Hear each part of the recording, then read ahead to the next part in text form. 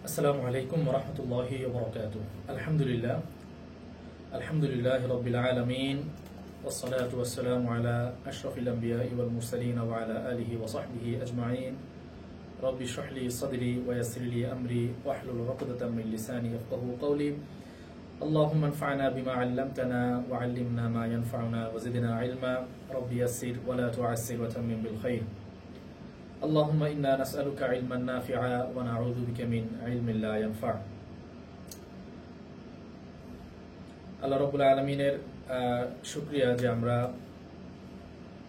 বেশ অনেকদিন পরে আজকে আবার তরবিয়তি মজলিসে আমরা যুক্ত হতে পেরেছি। তো আমরা মূলত নুরুল কোরআন একাডেমিতে আমাদের যে সমস্ত শিক্ষার্থীরা আছে আমরা চাই তাদেরকে শুধুমাত্র ইলম না দিয়ে ইলমের পাশাপাশি তাদের যেই আখলাক, তাদের আদব কায়দা, তাদের যেই আখলাকি যে বিষয়গুলো আছে সেই বিষয়গুলোকেও যাতে উন্নত করা যায়, পরিমার্জিত করা যায় সেই বিষয়ে লক্ষ্য রাখার জন্য সেই উদ্দেশ্যে আমরা কিছুদিন পর পর তরবিয়তি মজলিসের আয়োজন করে থাকি, যেখানে আমরা তালিবুল ইলমদের উদ্দেশ্যে সালাফে সালিহিনের জীবন থেকে এবং অন্যান্য কোরআন থেকে হাদিস থেকে বিভিন্ন তরবিয়তি বিষয়গুলো আমরা তুলে ধরি। তো আজকের এই মজলিসে আমরা আমাদের যেই আলোচনার বিষয় আমরা নির্ধারণ করেছি সেটা হচ্ছে সালাফের জীবনে আদব, অর্থাৎ আমাদের সালাফে সালেহিন তারা তাদের জীবনে যেই আদব রক্ষা করে চলতেন এবং আদবকে তারা কি পরিমাণ গুরুত্ব দিতেন সেই বিষয়ে আমরা আজকের এই তরবিয়তি মজলিসে আলোচনা করব ইনশাআল্লাহ তাআলা। তো আমরা শুরুতেই দেখি যে সালাফরা আদবকে কতটুকু গুরুত্ব দিতেন। আমি কয়েকজন সালাফের কিছু বক্তব্য উদ্ধৃত করব শুরুতে, তারপরে হচ্ছে দুই একজনের ঘটনা উল্লেখ করে আমরা সংক্ষেপে কয়েকটা আদব নিয়ে আলোচনা করব ইনশাআল্লাহ তাআলা। তো শুরুতেই ইবনুল মুবারক রাহমাতুল্লাহি আলাইহির একটা বক্তব্য দেখি, যেখানে তিনি বলেছেন যে আমরা নাহনু ইলা কালিলিম মিনাল আদাব আহওয়াজু মিন্না ইলা কাসীরিম মিনাল ইলমি, অর্থাৎ আমরা আমাদের যতটুকু ইলমের দরকার তার চেয়েও আমাদের আদবের দরকার অনেক বেশি। যদি ইলম আমাদের 1 কেজির দরকার পড়ে তাহলে আদব আমাদের এর থেকে আরো বেশি পরিমাণে দরকার। হ্যাঁ, যতটুকু ইলম দরকার, যত বেশি পরিমাণে ইলম দরকার, অল্প আদব আমাদের তার চেয়ে আরো বেশি পরিমাণে দরকার। অর্থাৎ ইলমের থেকেও আদবের গুরুত্বটা যে বেশি, ইবনুল মুবারক রাহমাতুল্লাহি আলাইহি তার এই বক্তব্যের মধ্যে সেই বিষয়টাই তুলে ধরতে চেয়েছেন।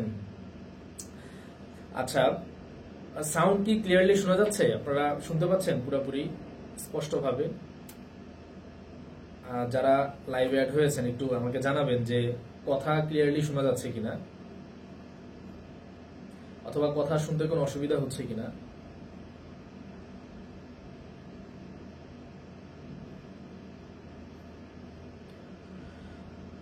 তো আমরা দেখলাম যে ইবনুল মুবারক রাহমাতুল্লাহি আলাইহি তিনি তার এই বক্তব্যের মাধ্যমে আমাদের সামনে আদবের গুরুত্ব কতটুকু সেই বিষয়টা তুলে ধরেছেন।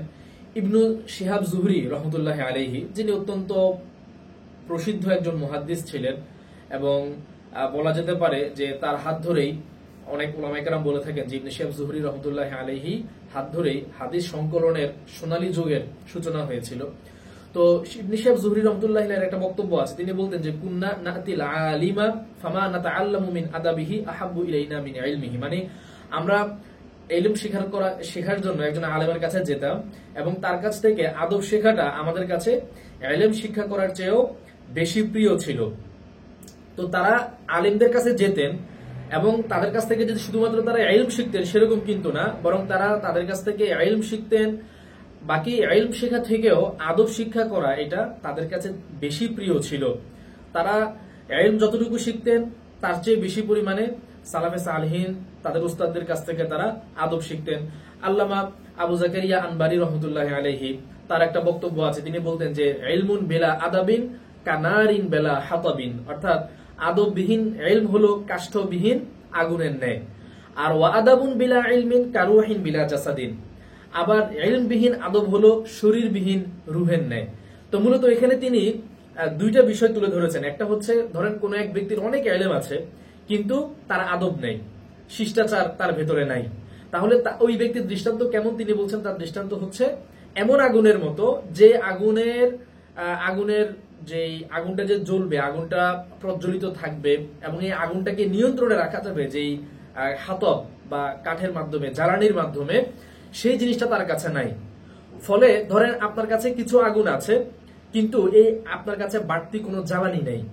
ফলে কি হবে, এই আগুনটাকে আপনি দীর্ঘ সময় জ্বালিয়ে রাখতে পারবেন না। একটা সময় এসে এই আগুনটা আস্তে করে নিভে যাবে। এমনি ভাবে আপনি এই আগুনটাকে চাইলে নিয়ন্ত্রণও করতে পারবেন না।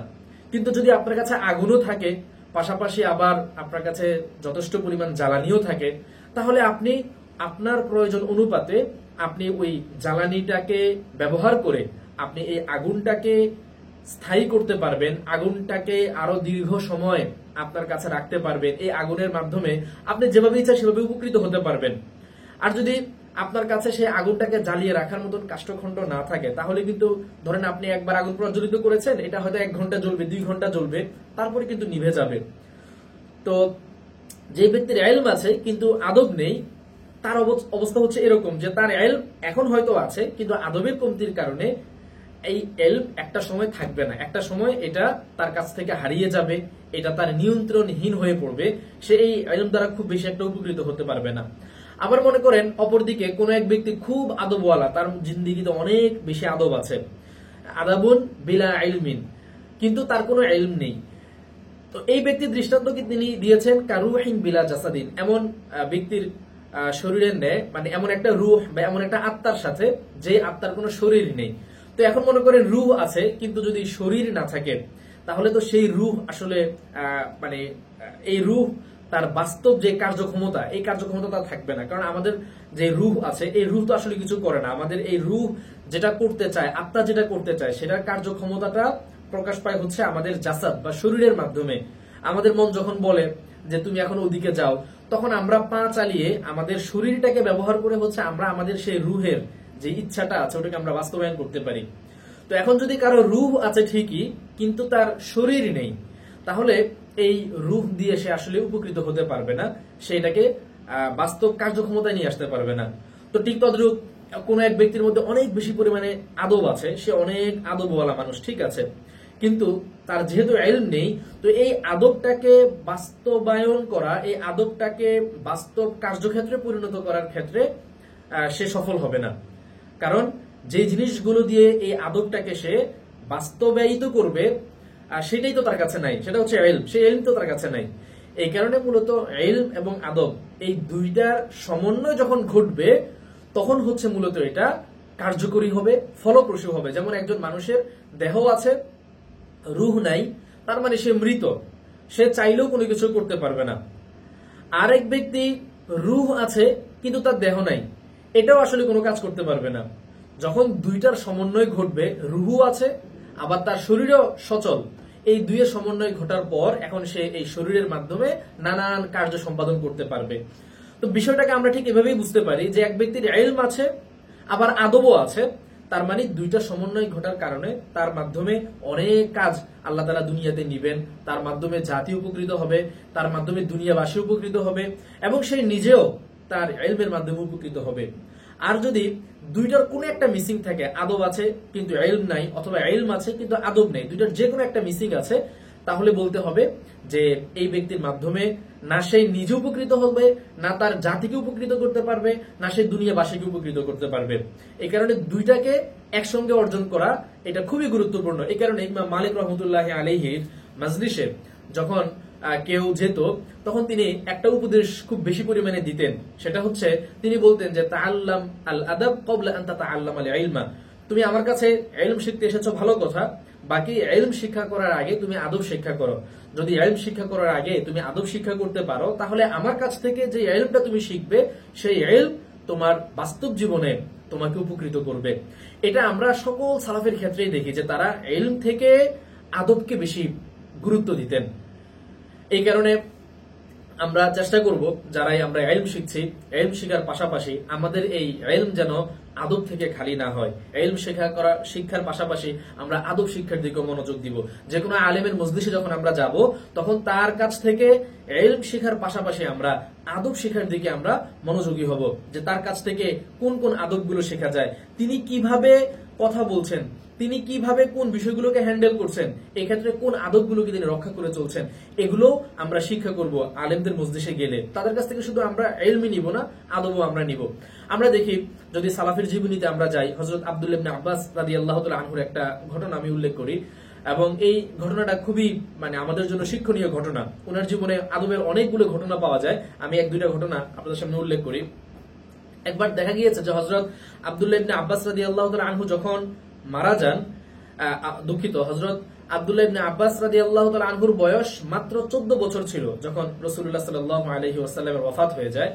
কারণ ইবনে আব্বাস রাদিয়াল্লাহু তাআলা আনহু খুবই অল্প বয়সী একজন সাহাবী ছিলেন, এবং তিনি নবীজিকে যেই কয়দিনই পেয়েছেন সেটা তার খুব অল্প বয়সের জীবদ্দশায় তিনি নবীজিকে পেয়েছেন, যার কারণে অন্যান্য প্রবীণ সাহাবীরা যেরকম রাসূলুল্লাহ সাল্লাল্লাহু আলাইহি ওয়াসাল্লামের দীর্ঘ সোহবত পেয়েছেন, রাসূলুল্লাহ সাল্লাল্লাহু আলাইহি ওয়াসাল্লামের অনেক কাছাকাছি যেতে পেরেছেন, তার কাছ থেকে অনেক নিকটবর্তী হয়ে শিখতে পেরেছেন, সেই ধরনের সুযোগ আব্দুল্লাহ ইবনে আব্বাস রাদিয়াল্লাহু তাআলা আনহু পাননি।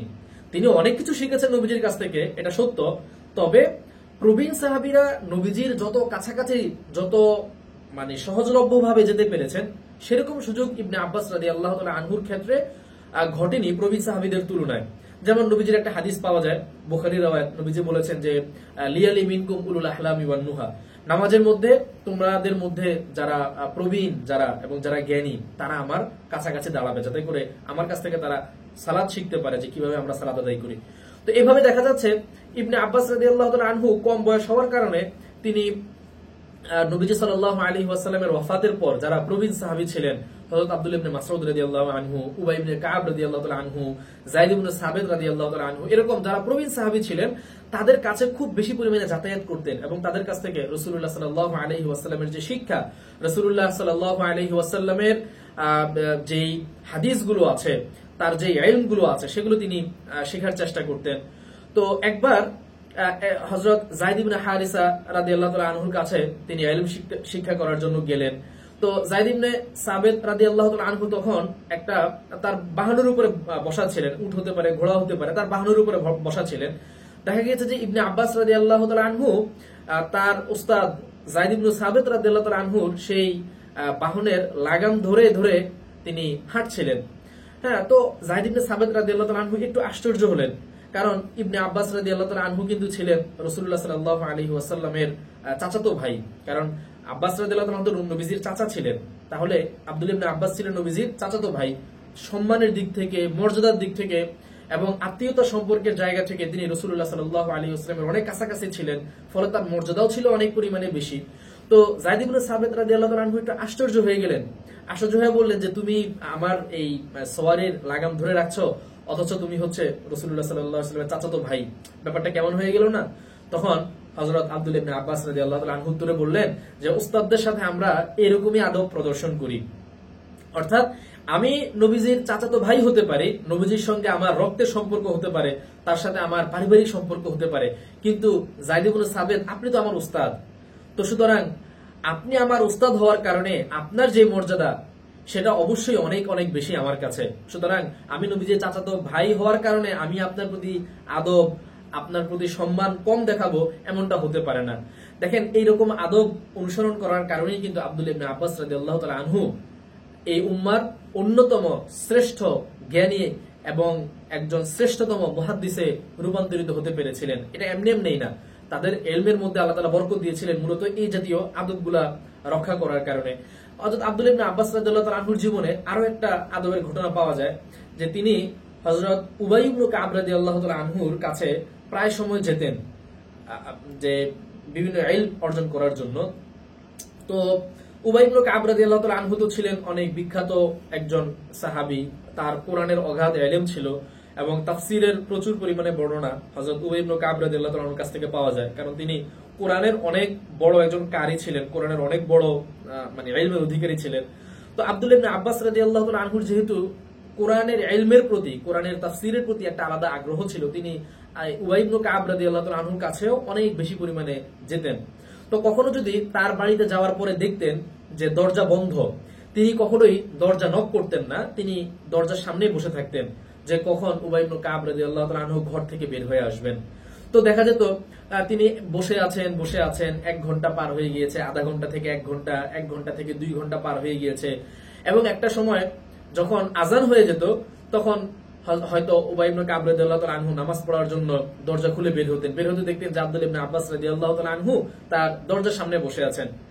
তখন মানে হযরত উবাই ইবনে কাব রাদিয়াল্লাহু তাআলা আনহু উনাকে বলতেন যে আপনি এসেছেন, এটা আমাকে বললেই তো হতো, বা আমাকে একটু দরজা নক করলেই তো হতো, আমি বের হয়ে আসতাম। তো আব্দুল্লাহ ইবনে আব্বাস রাদিয়াল্লাহু তাআলা আনহু বলতেন যে না না, আপনি আমার কাছে, আপনি তো উস্তাদ, আমি আপনার কাছ থেকে ইলম শিখতে এসেছি, তা আপনি আমার কাছে আসবেন, এটার থেকে আমি আপনার কাছে আসবো, আপনার জন্য অপেক্ষা করব, এটাই বেশি সমীচীন, এটাই হচ্ছে আদব, এটাই হচ্ছে মানে হওয়াটা যথার্থ। হ্যাঁ, অর্থাৎ আনতা আহাক্কু আন আতিকা, ওনার বক্তব্যটা ছিল এরকম যে আনতা আহাক্কু আন আতিকা, আমি আপনার কাছে আসব, এটা হচ্ছে অধিক সমীচীন, অধিক যথার্থ। ইমাম মালিক রহমতুল্লাহ আলাইহির একটা এই ধরনের কাছাকাছি একটা বক্তব্য আছে যে আল ইলমু ইউতা ওয়ালা ইয়াতি, মানে ইলমের কাছে আসতে হয়, ইলম কারো কাছে যায় না। আপনি যদি মনে করেন যে ইলম আমার কাছে আসবে এবং আমাকে সে তার সবকিছু দিয়ে দিবে, এটা আসলে ভুল। বরং আপনাকে ইলমের কাছে যেতে হবে, আপনার নিজেকে ইলমের জন্য উজাড় করে দিতে হবে, আপনার সর্বস্ব ইলমের জন্য বিলীন করে দিতে হবে। তো আপনারা আলহামদুলিল্লাহ অনেকেই এখানে আপনারা শিখতে এসেছেন, অনেক কিছু আপনাদের শেখার স্বপ্ন যে আপনারা আরবি ভাষা শিখবেন, আপনারা একটা সময় কোরআনের অর্থ বুঝবেন, আপনারা দ্বীনের অনেক ইলম অর্জন করবেন। তারপরে আপনাদের অনেক স্বপ্ন, যারা আপনারা হিফজ করছেন আমাদের এখানে, আপনাদের অনেক স্বপ্ন যে আপনারা পুরো কোরআন হিফজ করে ফেলবেন। তারপরে এক একজনের এক এক স্বপ্ন নিয়ে আপনারা এখানে ভর্তি হয়েছেন, কিন্তু আপনাদেরকে একটা বিষয় অবশ্যই মনে রাখতে হবে যে আপনাদের এই যে তামান্না, এই যে আগ্রহ, উদ্দীপনা, এই জিনিসগুলোকে আল্লাহ রাব্বুল আলামিন বাস্তবায়ন করবেন, বাস্তবায়িত হওয়ার ক্ষেত্রে সহায়তা করবেন যদি আপনারা আপনাদের এই ইলম অর্জন করার পথে আপনারা আদবের ব্যাপারেও যত্নবান থাকেন, আদব শিক্ষা করার প্রতিও আপনারা মনোযোগী থাকেন, তাহলে দেখবেন আল্লাহ রাব্বুল আলামিন আপনাদের এই শিক্ষার পথকে সহজ করে দিবেন, আপনাদের প্রতি আল্লাহ রাব্বুল আলামিন আলাদা খাস রহমত নাজিল করবেন এবং ইলমটাকে আপনাদের জন্য অনেক সহজ করে দিবেন। এটা আল্লাহ রাব্বুল আলামিনের বরকত পাওয়ার অন্যতম মাধ্যম যে আপনি ইলম অর্জন করার ক্ষেত্রে আদবের প্রতি লক্ষ্য রাখবেন। তো যাই হোক, আমরা আদব বিষয়ে মোটামুটি আলোচনা অনেকটুকুই করে ফেললাম, এবং এখানে আমরা দেখলাম যে আমাদের যারা পুরুষ যারা ছিলেন, আমাদের অনুসরণীয় ব্যক্তিবর্গ যারা ছিলেন সালাফে সালেহিন, তারা কেমন মানে আদবকে গুরুত্ব দিতেন। তো আমরাও চেষ্টা করব ইলম অর্জন করার ক্ষেত্রে আদবকে গুরুত্ব দেওয়ার জন্য। উস্তাদদের প্রতি আদব রক্ষা করতে হবে, আমাদের যারা সহপাঠী যারা আছে তাদের প্রতি আদব রক্ষা করতে হবে, যারা সিনিয়র মানুষজন যারা আছেন তাদের প্রতি আদব রক্ষা করা, পাড়া প্রতিবেশীর আদব রক্ষা করা। আদবটা আসলে অনেক বিস্তৃত একটা বিষয়, এটা শুধুমাত্র এরকম না যে আপনি শুধুমাত্র উস্তাদের প্রতি লক্ষ্য রাখবেন, বরং আদব এটা এমনকি ইলম শিক্ষার যে উপকরণ, সেই উপকরণের প্রতিও কিছু আদব আছে, ইলমের উপকরণের প্রতিও আদব রক্ষা করার কিছু বিষয় আছে। আমরা আমাদের উস্তাদরা আমাদেরকে বলতেন যে তুমি যেই কলম দিয়ে লিখছো, সেই কলম যেহেতু এটা ইলমের একটা উপকরণ, এই কলমের প্রতিও তোমাকে আদব প্রদর্শন করতে হবে, কলম যেন পায়ে না লাগে, কলমের প্রতি এমন কোন বিষয় যেন না হয় যেটার মাধ্যমে বেয়াদবি প্রকাশ পায়। আমরা যেই টেবিলে বসে পড়তাম, মানে যে বেঞ্চিতে, মাদ্রাসাতে তো আমরা বেঞ্চে বসে পড়তাম, তো আমাদেরকে হুজুররা বলতেন যে তোমরা যেই বেঞ্চের উপরে কিতাব রেখে তোমরা বসে পড়ছো, সেই বেঞ্চগুলোর প্রতিও আদব রক্ষা করতে হবে, অর্থাৎ এগুলোকে পা দিয়ে ধাক্কা না দেওয়া, তারপরে হচ্ছে যে এগুলোর উপরে বসে না থাকা, এই জাতীয় যে আদবগুলো আছে। এরকম ভাবে যে কাগজে আমরা লিখি, এই কাগজটাও যেহেতু ইলমের উপকরণ, এই কাগজের প্রতিও আমাদের আদব দেখানোর কিছু বিষয় আছে, যে কাগজের মধ্যে পা না লাগানো। তো মূল বিষয় হচ্ছে যে আদবটা শুধুমাত্র উস্তাদের প্রতি হবে সেরকম না, বরং আদবটা সহপাঠীর প্রতি হতে পারে, আদবটা আপনার যেটা বললাম যে ইলমের যে উপকরণগুলো আছে সেগুলোর প্রতি হতে পারে, আদব আপনার প্রতিবেশীর প্রতি হতে পারে, একজন সাধারণ মুসলমান যে আপনার মুসলিম ভাই, আপনার মুসলিম বোন, তার প্রতি হতে পারে, নানান রকমের আদব হতে পারে। আমরা আমাদের যে ইলম আদব যে একটা ফ্রি কোর্স আছে আমাদের ওয়েবসাইটে, কোর্সটা ফ্রি, তো এখানে আমরা এই জাতীয় আদবের ব্যাপারগুলো বিস্তারিত তুলে ধরেছি সংক্ষেপে, যে উস্তাদের প্রতি আদবগুলো কি কি হতে পারে, তারপরে শিক্ষার্থীর প্রতি অর্থাৎ সহপাঠীর প্রতি আদব কি হতে পারে, ইলমের উপকরণের প্রতি আদব কি হতে পারে, আপনারা সেখান থেকে দেখে নিতে পারেন। বাকি উস্তাদের প্রতি আদবের দুই একটা বিষয় আমরা আলোচনা করে আজকে শেষ করে দিই। সেটা হচ্ছে যে উস্তাদের প্রতি অনেক আদবের তো আসলে অনেকগুলো আদব আছে, তার মধ্যে একটা বিষয় যেটা আমরা অনেক সময় যারা ইলম অর্জন করতে আসে, আমার ব্যক্তিগতভাবে যেটা নজরে পড়েছে সেটা হচ্ছে যে আমরা যারা জেনারেল শিক্ষা গ্রহণ করি, দেখা যায় যে টিচারকে আমরা মনে করি যে যেহেতু উনি আমার বেতনভুক্ত প্রাইভেট, আমাকে তিনি পড়ানোর জন্য তাকে প্রাইভেট টিচার হিসেবে রাখা হয়েছে, তো সুতরাং আমি তার সঙ্গে কিছুটা রুল ব্যবহার করতে পারি, তার সঙ্গে আমি কিছুটা ভিন্ন রকম ব্যবহার করতে পারি। তিনি তো অনেকটা আমার মানে চাকর টাইপের আর কি, বা কি বলে আমার মানে যাকে আমি টাকা দিয়ে রেখেছি, কেমন যেন সে আমার অধীনস্থ না, তার সঙ্গে আমি চাইলে একটু রুল ভাষায়, একটু কড়া ভাষায় তার সঙ্গে আমি কথা বলতে পারি, আমার আচরণটা একটু এরকম হতে পারে। এই ধরনের একটা মানে ধারণা বা এই ধরনের একটা মেজাজ স্বভাব আমাদের মধ্যে তৈরি হয়েছে। তো যার কারণে অনেক সময় দেখা যায় যে যারা ইলম অর্জন করতে আসে তাদের মধ্যেও এই ধরনের একটা প্রবণতা, এই ধরনের একটা আচরণ, এই ধরনের অনেক সময় মনোভাব এটা প্রকাশ পেয়ে যায়।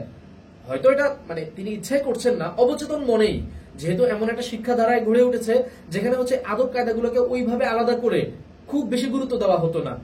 তো যার কারণে অবচেতন মনেও অনেক সময় এই ধরনের আচার আচরণ প্রকাশ পেয়ে যায়। এটা মাথায় রাখতে হবে যে আপনি ইলম অর্জন করতে যখন এসেছেন তখন আপনার ওই দুনিয়াবী যে শিক্ষা, স্বাভাবিক যে শিক্ষা আছে সেখানের বিষয় আর এটা টোটালি আলাদা। এখানে এটার সাথে রুহানিয়াতের সম্পর্ক আছে, এটার সাথে আধ্যাত্মিকতার সম্পর্ক আছে, এটার সাথে আখিরাতের সম্পর্ক আছে।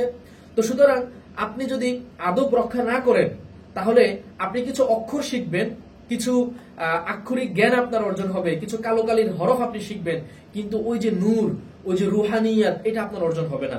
কারণ এই শিক্ষা এটার সঙ্গে রুহানিয়াতের সম্পর্ক আছে, এটার সাথে নূর এবং নুরানিয়াতের সম্পর্ক আছে। তো আমরা চেষ্টা করব এই বিষয়গুলোকে মাথায় রাখার জন্য। আর যারা আপনারা আমাদের আজকের এই লাইভে আছেন, আমাদের শিক্ষার্থী যারা আছে, তাদের প্রতি দুই একটা অনুরোধ থাকবে, সেটা হচ্ছে যে আপনারা সময় নষ্ট করবেন না। আপনারা বিশেষ করে যারা আরবি ভাষা শিক্ষার্থী আছেন, আপনারা আপনাদেরকে যখন মজলিস করা হয় তখন আপনাদের পড়াশোনার মধ্যে একটা আগ্রহ উদ্দীপনা দেখা দেয়, কিন্তু যখনই কয়েকদিন আবার পার হয়ে যায় দেখা যায় আপনারা আবার গাফেল হয়ে যান। তো আপনারা, আমি সবসময় আপনাদেরকে যে কথাটা বলি সেই কথাটা আজকেও আবার বলবো যে আপনারা আপনাদের পড়ার জন্য একটা সময়কে নির্ধারণ করে নেন, যে আমি প্রতিদিন আধা ঘন্টা সময় পড়বো এতটা থেকে এতটা, আমি প্রতিদিন 1 ঘন্টা সময় পড়বো এতটা থেকে এতটা, একটা নির্ধারিত সময় করে নেন। যদি আপনি রুটিন ঠিক করে নিতে পারেন যে আমি প্রতিদিন আধা ঘন্টা কিংবা 1 ঘন্টা পড়বো, তাহলে অবশ্যই অবশ্যই আপনি যেই স্বপ্ন নিয়ে শিখতে এসেছেন সেই স্বপ্ন আপনার পূরণ হবেই, আপনি আরবি ভাষা শিখতে পারবেনই। তবে আপনাকে রুটিন করতে হবে যে আমি প্রতিদিন 1 ঘন্টা পড়বো। তো আপনি আল্লাহর কালাম শিখতে এসেছেন, একটা ভাষা শিখতে এসেছেন, তার জন্য যদি আপনি দৈনিক 1 ঘন্টা সময় দিতে না পারেন, অন্তত আধা ঘন্টা, 1 ঘন্টা দিতে না পারেন, অন্তত আধা ঘন্টা সময় যদি দিতে না পারেন, তাহলে আসলে আপনি কিভাবে শিখবেন? আপনি হিসাব করে দেখেন যে শুধুমাত্র আমরা সোশ্যাল মিডিয়াতে অথবা গল্প গুজব করে যে পরিমাণ সময় নষ্ট করি, তার থেকে যদি আপনি আধা ঘন্টা সময় বরাদ্দ দেন যে না আজকে থেকে আমি ফেসবুক আধা ঘন্টা কম চালাবো, সেই আধা ঘন্টা সময় আমি আমার আরবি পড়াটা শেখার পিছনে আমি দিব, তাহলে দেখবেন আপনার পড়ার মধ্যে আর কোনো সমস্যা থাকার কথা না। কিন্তু আমরা অন্যান্য কাজে, গল্প গুজবের মধ্যে, ঘোরাঘুরির মধ্যে অযথা সময় নষ্ট করার পেছনে আমরা যেই পরিমাণ মানে সময় আমরা দেই, তার সিকি ভাগ যদি আমরা শিক্ষার দিকে দিতে পারতাম তাহলে আসলে আমাদের জন্য পড়াগুলো এত কঠিন মনে হতো না। আর যারা হিফজের শিক্ষার্থী আছেন তাদের প্রতি যে উপদেশ থাকবে সেটা হচ্ছে যে আপনারা সামনের পড়ার থেকে পিছনের পড়ার দিকে বেশি মনোযোগ দিবেন, পিছনের পড়াগুলোকে চেষ্টা করবেন নামাজের মধ্যে বেশি পরিমাণে তেলাওয়াত করার জন্য, নফল নামাজ বেশি পড়ার চেষ্টা করবেন, নফল নামাজের মধ্যে কোরআনের তেলাওয়াতটা একটু বেশি পরিমাণে করার চেষ্টা করবেন, যাতে করে পিছনের পড়াগুলো যত বেশি আপনি পড়বেন তত বেশি আপনার জেহেনে যেহেতু গেঁথে যাবে, এই কারণে যত পারবেন নামাজের মধ্যে তেলাওয়াত করবেন। নামাজের মধ্যে কোরআনের তেলাওয়াত এটা হচ্ছে সবচেয়ে উত্তম তেলাওয়াত। তো আপনি যখন উত্তম কিতাবকে উত্তম সময়ে, উত্তম পন্থায়, উত্তম ভাবে আপনি যখন এটাকে পড়বেন, তখন এটা আপনার মনের মধ্যে, আপনার দিলের মধ্যে, দেমাগের মধ্যে উত্তম ভাবে এটা গেঁথে যাবে, এটা আর আপনি ভুলতে পারবেন না। এই কারণে খুব বেশি পরিমাণে আপনারা চেষ্টা করবেন পিছনের পড়াগুলোকে তেলাওয়াত করার জন্য, আর নিয়মিত পড়াশোনার চেষ্টা করবেন। সামনের নতুন পড়া মন চাইলে আজকে মুখস্থ করলাম আর মন চাইলো না আজকে মুখস্থ করলাম না, এরকম যেন না হয়। প্রতিদিন নতুন পড়া শোনানোর চেষ্টা করবেন। যদি কোনোদিন আপনার ব্যস্ততা থাকে, আপনি ঠিক আছে অন্তত 1 আয়াত মুখস্থ করে শুনান, আপনি প্রতিদিন হয়তো আধা পড়া নতুন পড়া মুখস্থ করেন। কিন্তু যেদিন আপনার বাসায় হয়তো মেহমান এসেছে অথবা আপনি ডাক্তারের কাছে যাবেন বা আপনার শরীরটা ভালো না, অসুস্থ মনে হচ্ছে, ঠিক আছে সেদিন আপনার আধা পৃষ্ঠা শোনানোর দরকার নেই, আপনি 1 আয়াত শোনান, 1 লাইন মুখস্থ করে 1 লাইন পড়া শোনান, কিন্তু আপনি প্রতিদিন পড়াশোনা, যাতে করে আপনার ধারাবাহিকতার মধ্যে ছেদ না পড়ে, ধারাবাহিকতা ঠিক থাকে, এটা মানে রক্ষা করার চেষ্টা করবেন। আর আরেকটা বিষয় হচ্ছে যে আপনারা ছুটি না নিয়ে আপনারা যাবেন না। আপনারা অনেকেই এই ধরনের অভিযোগ আছে যে আপনারা মানে যে ওস্তাদ আমি আজকে পড়া শোনাবো না, বা ওস্তাদা আমি আজকে পড়া দিতে পারবো না বলে আপনি ব্যাস নাই হয়ে যাচ্ছেন। কিন্তু ওস্তাদার কাছ থেকে যে আপনি ছুটি চাচ্ছেন, তিনি আপনাকে ছুটি দিচ্ছেন কিনা এইটার উত্তরের আর অপেক্ষা আপনি করছেন না। অনেকে তো ছুটি নেওয়ারও প্রয়োজন মনে করেন না, মন চাইলে পড়াশোনাতে আসেন, মন চাইলে আসেন না। এটা উচিত না, এটাও এক ধরনের বেয়াদবি, এটাও এক ধরনের আদবের কমতি যে আপনি পড়াশোনাতে আসবেন না, তো সেটা আপনি তাকে জানাবেন না যে আপনি কেন আজকে পড়াশোনাতে আসলেন না। তো আচ্ছা, অনেকে আছে যে মানে যখন বলে একটা সমস্যার কথা বলে যে আজকে আমার ছুটি দরকার, তো আজকে আপনার ছুটি দরকার, তারপরে আপনাকে কি রিপ্লাই দেওয়া হলো যে ছুটি আপনাকে কি মঞ্জুর করা হলো কি হলো না, এটা তো আপনি দেখবেন, এটা অনেকে খেয়াল করে না। তো আমার মনে হয় যে আপনাদের এই কমতির জায়গাগুলো সংশোধন করা দরকার। এই জায়গাগুলো যদি ঠিক হয়ে যায়, দেখবেন আপনাদের পড়ার মধ্যে আল্লাহ তাআলা এমনিতেই বরকত দিয়ে দিবেন। কারণ আল্লাহ তাআলার কাছে প্রিয় আমল হচ্ছে যেটা নিয়মিত করা হয়, অল্প হোক কিন্তু নিয়মিত করা হয়, এটা হচ্ছে আল্লাহর কাছে সবচেয়ে বেশি প্রিয় আমল। তো আপনারা চেষ্টা করবেন পড়াটাকে নিয়মিত আদায় করার জন্য। আর যারা আরবি ভাষার শিক্ষার্থী যারা আছেন, তারাও আরবিটাকে নিয়মিত পড়বেন, পড়াগুলোকে নিয়মিত শোনাবেন। আপনাদের অনেকেই নিয়মিত আপনারা পড়া শোনান না, উস্তাদরা এসে বসে থাকেন কিন্তু আপনারা পড়া শোনান না। তো যারা পড়া শোনাচ্ছেন না, অনেকে সংকোচের কারণে শোনান না। সংকোচ করার তো কোনো কিছু না, আপনি এখানে শিখতে এসেছেন, সংকোচ কেন হবে? সংকোচ যদি হয় তাহলে আপনি শিখবেন কিভাবে? শিক্ষার ক্ষেত্রে লজ্জা করতে নেই, আপনি লজ্জা করলে আপনি শিক্ষা থেকে পিছিয়ে পড়বেন। এই কারণে আপনার ভুল তো হবেই, আপনার ভুলগুলো সংশোধন করে দেওয়ার জন্যই তো আপনার পড়াশোনাতে হবে। এখন আপনি যদি চিন্তা করেন যে আমি পড়াশোনাতে গেলে আমার অনেক ভুল হয়, আমি আর শোনাবো না, তাহলে তো আপনার ভুলগুলো সংশোধন হবে না। আপনি ভুলগুলো নিয়েই তো আপনাকে সামনে অগ্রসর হতে হবে, এটা তো ভালো কোনো বিষয় হলো না। তাহলে এই কারণে চেষ্টা করবেন যে নিয়মিত পড়াশোনার জন্য নিজেরা প্রচুর পরিমাণে তামরিন করার চেষ্টা করবেন। অনলাইনে যখন আসবেন অহেতুক সময় নষ্ট না করে চেষ্টা করবেন গ্রুপগুলোর মধ্যে নিজেরা প্রচুর পরিমাণে প্র্যাকটিস করার জন্য। আল্লাহ রাব্বুল আলামিন আপনাদেরকে তৌফিক দান করুন। আচ্ছা, যদি আপনাদের কোনো প্রশ্ন থাকে তাহলে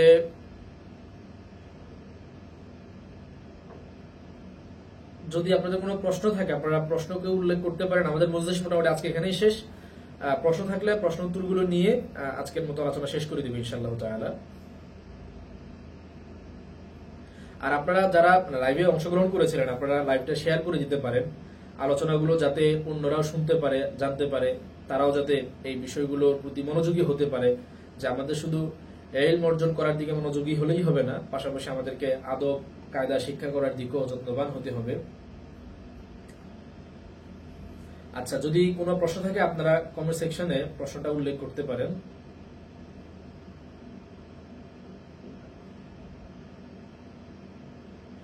আচ্ছা, একজন লিখেছেন যে ওস্তাদ আমার পড়া মনে থাকে না। ইমাম শাফি রহমতুল্লাহ আলাইহি তার উস্তাদের কাছে এই ধরনের মানে শিকায়ত করেছিলেন যে আমার পড়া মনে থাকে না, আমি যা মুখস্থ করি সবকিছু আমি ভুলে যাই। তখন ইমাম শাফি রহমতুল্লাহ আলাইহি তাকে, ইমাম শাফি রহমতুল্লাহ উস্তাদ ওয়াকি ইবনুল জাররাহ, তো ইমাম শাফি তার উস্তাদ ওয়াকি ইবনুল জাররাহর কাছে মূলত এই অভিযোগটা করেছিলেন যে আমি যা পড়ি মনে থাকে না, আমি সব ভুলে যাই। তখন ওয়াকি ইবনুল জাররাহ রহমতুল্লাহ আলাইহি তাকে বলেছিলেন যে গুনাহ ছেড়ে দেওয়ার জন্য, হ্যাঁ, ফাউসানি বিতারকিল মাআসি, তাকে তিনি ওসিয়ত করেছিলেন, উপদেশ দিয়েছিলেন গুনাহ ছেড়ে দেওয়ার জন্য। কারণ কি, ফাইন্নাল ইলমা নূরুম মিন ইলাহি ওয়া নূরুল্লাহি লা ইউতা লিআসি, কারণ ইলম হচ্ছে এটা আল্লাহ তাআলার নূর, আর আল্লাহ তাআলার নূর কোন পাপীকে, কোন গুনাহগার বান্দাকে আল্লাহ তাআলা দান করেন না। এই কারণে পড়া পড়লে মনে থাকে না, যাদের এই সমস্যাটা আছে তারা সর্বপ্রথম যেটা করবে সেটা হচ্ছে গুনাহ ছেড়ে দিবেন। গুনাহ যদি ছেড়ে দেন, নজরের হেফাজত করেন, কলবের হেফাজত করেন, অন্তরকে যদি পরিষ্কার পরিচ্ছন্ন রাখতে পারেন, তাহলে দেখবেন যে আপনার পড়া মনে থাকা শুরু হবে। এটা প্রথম পরামর্শ। আর দ্বিতীয় পরামর্শ হচ্ছে যে পড়া যেই সময়গুলোতে পড়লে বেশি মনে থাকে, চেষ্টা করবেন পড়া ওই সময়গুলোতে পড়ার জন্য। যেমন ফজরের পরপর যে সময়টুকু আছে, অথবা ফজরের নামাজের আগে যখন আপনি তাহাজ্জুদ পড়ার জন্য উঠলেন, তো ওই সময়টাতে আপনি মুখস্থের যে পড়াগুলো আছে সেই পড়াগুলো পড়েন। অথবা ফজরের নামাজ পড়ে এসে যে সময় আপনার পরিবেশ চারদিকে ঠান্ডা, সুশীতল পরিবেশ, কোনো মানুষের কথাবার্তার ঝামেলা নেই, পুরো পৃথিবী শান্ত হয়ে থাকে এবং ঘুম থেকে ওঠার কারণে আমাদের মস্তিষ্ক সেই সময় খুব শীতল থাকে, ওই সময় আপনি অল্প পড়া পড়লেও আপনার পড়াগুলো খুব দীর্ঘ সময় মুখস্থ থাকবে, মনে থাকবে, স্মরণে থাকবে। তো চেষ্টা করবেন ওই সময়টাতে পড়াগুলোকে মুখস্থ করার জন্য। এছাড়াও হাদিসের মধ্যে এসেছে যে আল্লাহ রাসূল সাল্লাল্লাহু আলাইহি ওয়াসাল্লাম দোয়া করেছেন যাতে করে ফজরের পরের সময়টাতে এই উম্মতের জন্য আল্লাহ তাআলা বরকত দান করেন।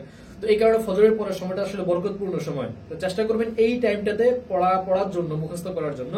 তো যদি এই ফর্মুলাটা অবলম্বন করেন, ইনশাআল্লাহ আশা করা যায় পড়া মনে থাকে না এই সমস্যাটা অনেকটাই সমাধান হয়ে যাবে। আচ্ছা, ঠিক আছে, তাহলে আমরা আজকের মতন বিদায় নেই। সুবহানাল্লাহি ওয়া বিহামদিহি, সুবহানাল্লাহিল আযীম, আশহাদু আল্লা ইলাহা ইল্লা আনতা আস্তাগফিরুকা ওয়া আতুবু ইলাইক। আসসালামু আলাইকুম ওয়া রাহমাতুল্লাহি ওয়া বারাকাতুহু। নূরুল কুরআনি সামা ওয়া বাদা